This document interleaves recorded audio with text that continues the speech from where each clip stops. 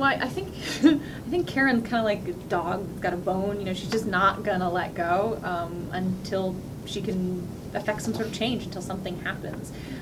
So you know, clearly by episode 5, she hasn't solved it yet. Right. So yeah, she's determined for sure.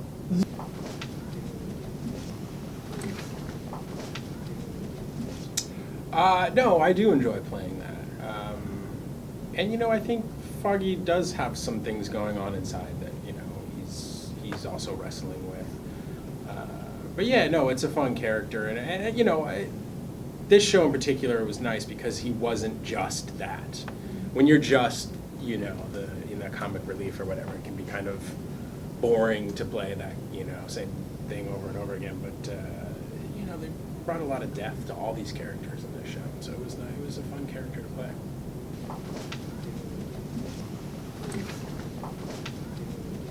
Well, for me personally, yes, because I have no patience whatsoever. But that's just my own personal. Yeah, I don't know. What about you? I mean, I think you should stop to eat and use the bathroom. Or get Depends. Or yeah, you know, what we gotta do. I don't know. I mean, I think it's kind of cool that you can pick. Also, like, if you don't have time right now, like, watch it in a couple months, you know, all the way through. You know, I don't know. Like, we were talking the other day with Charlie, he's like, I'm halfway through an episode of House of Cards, you know? But, like, that's kind of cool that you can kind of come in and out of it. It's just 13 hours of content that doesn't necessarily have to break at any point. Right.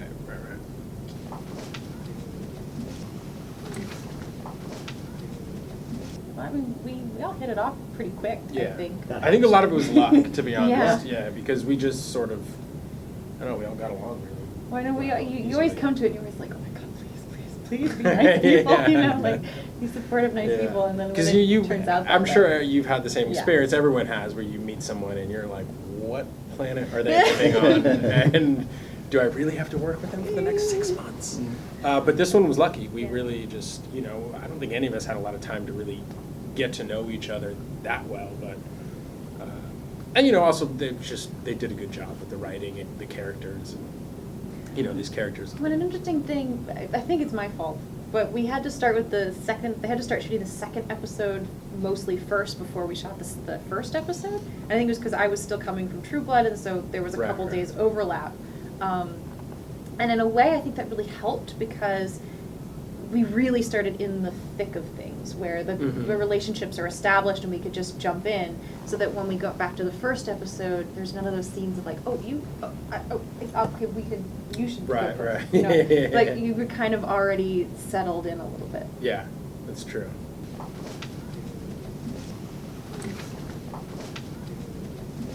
They didn't send me anything, did they send me anything? Well, I requested, they have like, what's it called? They have the online Marvel app where you can sort of access all that digital stuff. So the digital comics. So they gave me a link to that so I could go back and read whatever I wanted. It was only for a year. I'll have to pay for it from now on. But that was very Does that help? helpful. Does it help inform your character? For me, it did. Not because I'm trying to copy something that we did in the comic books, but I did want to make sure that she was sort of familiar and unique at the same time. You know, how can she feel like the Karen Page that the fans have come to know, but can I still surprise them? And in order to do that, I had to have some sense of where she came from.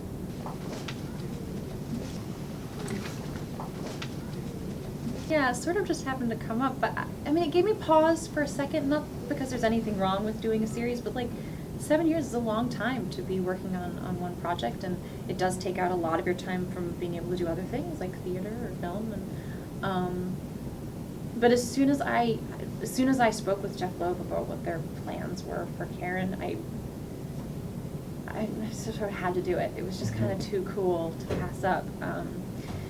And I was a little sad about leaving Jessica behind and those characters in that world. You know, it is a grieving process. I was her for 7 years, and so I had hopes and dreams for her that are as strong as I have for myself. And letting that go was hard. You know, I'm stupid. I'm going off on a tangent, but like, Bill Compton was my dad. You know, and like I'll never see him again, and that was hard. So I was really glad actually to go straight to something where I could immediately have best friends and a father figure in characters, you know, and it was a nice transition, sort of helped me through it.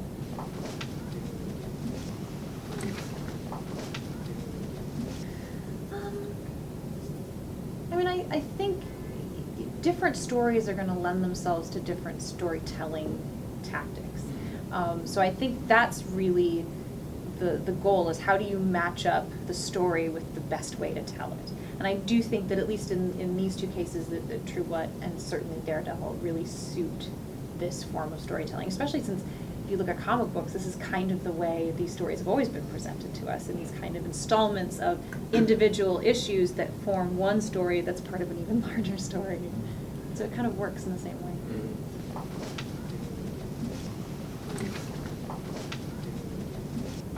It's funny, we just had like a reunion not too long ago. A bunch of us got together at Jordan's house. Jordan Kerner is the producer on the movies. And it was really great to see all of them, and those movies really sort of started my career, you know, where I was getting into doors that I couldn't get into before. So for that reason alone, I would always revisit it, you know what I mean, because it's so special to me, and it's given me such a wonderful career and life and stuff. So they were talking about trying to figure out how to do another one. And, you know, trying to bring back some of the old characters. And so I would absolutely do it. Especially because, you know, I still feel a real kinship with all those kids in that movie, you know what I mean? You know, I don't necessarily keep in touch with all of them every day, but there is a handful of them that are still, you know, really close to me. And, you know, we do talk on a regular basis and stuff, so I'd be in. Do you get lifetime tickets to the Anaheim games? Yeah, I wish. I wish. I think they invited me to the first one. That was it. Yeah, and they're novelty thing. They're like, you're done. Yeah, and now and then they also changed the name, right? Like they changed it to just Ducks, I think, Ducks and Anaheim, Anaheim. something like that. So I don't know how much association they still have, but that would be cool.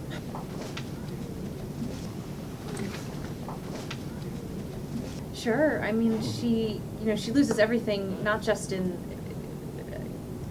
like physically, like a job or things like literal things, but she was in a home where she thought she trusted people and she thought she was doing good work, and it turns out it's the opposite, and that she was part of a machine that was corrupted, and now people are trying to kill her. You know, like it was that huge a betrayal. And I think that's a particularly difficult thing to move past, and something that I didn't experience from True Blood. Nobody tried to kill me after that. So it was good, because the harder the fall was on that side of it, the more she needs Matt and Foggy to be that surrogate family, that the people she can trust. And I like that it takes her a little time to trust them. Like she doesn't hand everything all over right away. They have to sort of prove that they're trustworthy, because she suffered a blow.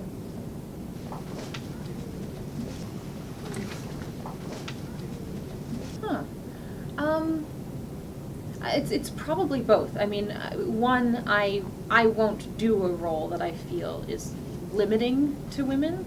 Yeah. But on the other hand, also sometimes some roles have the potential to be really great. You just have to kind of be like, can I try this thing? You know, and it's not that they're against that, it's just that maybe whoever was working on it hadn't quite thought of it that way.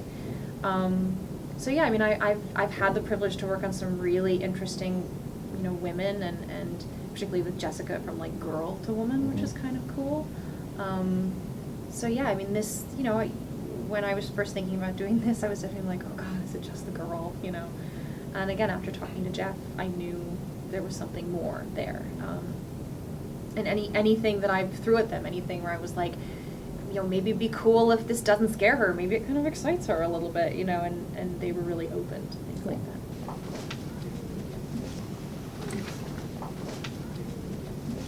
that.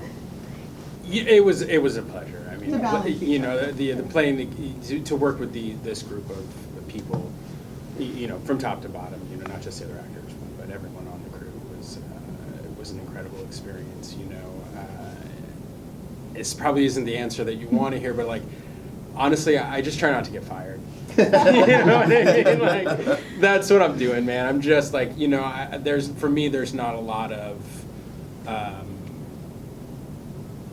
you know, I don't have a lot coming in, you know what I mean? I sort of try to do whatever I can with what's presented to me, you know what I mean? And, yeah, I just try not to get fired.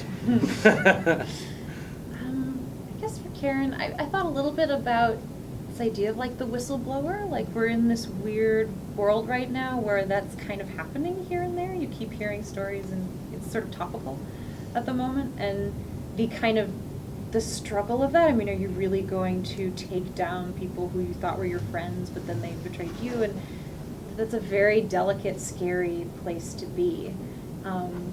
And I think once she decides to commit to that, then yes, she has to play that role. She has to play the role of the person who's not going to give up and, you know, isn't going to let scare tactics take her down.